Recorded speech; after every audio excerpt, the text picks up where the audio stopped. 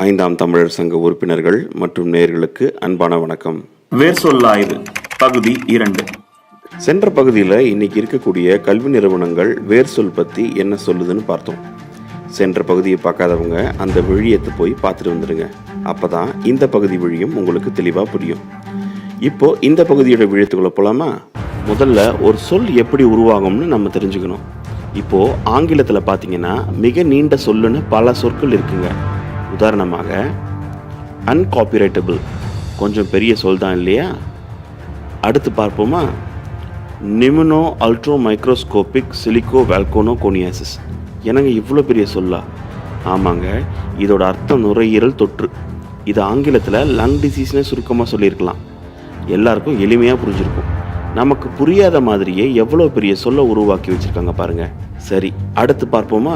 அடுத்தது பார்த்தீங்கன்னா டிட்டின் அப்படின்னு சொல்லக்கூடிய ஒரு புரதத்துக்கு 1,89,819 எழுத்துக்கள் கொண்ட பெயர் வச்சிருக்கிறாங்க. என்ன, 1,00,000 எழுத்துக்கள் வச்ச ஒரு வார்த்தையா? ஆமாம், படிக்கிறேன் கேளுங்களேன். மெத்தியோ நித்தில் த்ரியோனித்தில் த்ரியோனைல் ஐசோலுசின் அப்படின்னு போயிட்டே இருக்கு. Get a good neck pop. Let's go. I have no idea how long this could take. It could take a couple hours. It could take a couple days. I don't know what to expect.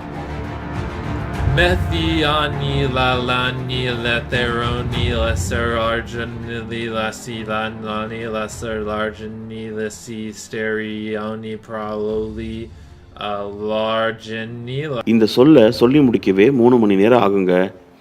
என்னது, ஒரு சொல்ல சொல்லி முடிக்கவே 3 மணி நேரம் ஆகுமா? எனக்கு முட்டாள்தனமாக இருக்கு. இயற்கையிலேயே இது போன்ற ஒரு சொல் உருவாவதற்கு ஏதாவது ஒரு வழி இருக்கா? இல்லவே இல்லை. கொஞ்சம் சிந்திச்சிங்களாலே போதும். இவ்வளோ பெரிய சொல்ல திட்டமிட்டு யாரோ தான் உருவாக்கியிருக்காங்கிறது உங்களுக்கு புரியும். ஏன் இவ்வளோ பெரிய ஒரு சொல்ல உருவாக்கணும்? எந்த ஒரு காரண காரியமும் இல்லாமல் எதுவும் நடக்காது. தேவையை குறித்தே அனைத்து செயல்களும் நடக்கும். அதன்படி தகவல்களை பரிமாறிக்கொள்ள வேண்டிய தேவை கருதி தான் முதலில் சொற்கள் உருவாகின. ஆனால் யூதன் தன் சுயலாபம் கருதி தன்னை அறிவாளியை காண்பிச்சுக்கிறதுக்காக இது போல முட்டாள்தனமான சொற்களை இவ்வளோ பெருசாக உருவாக்கி வச்சிருக்கான். இந்த உதாரணங்கள் எதுக்கு இப்போ சொல்லப்படுதுன்னா, இது போன்ற முட்டாள்தனமான சொற்கள் இயற்கையிலேயே உருவாவதற்கு வாய்ப்பு இல்லை.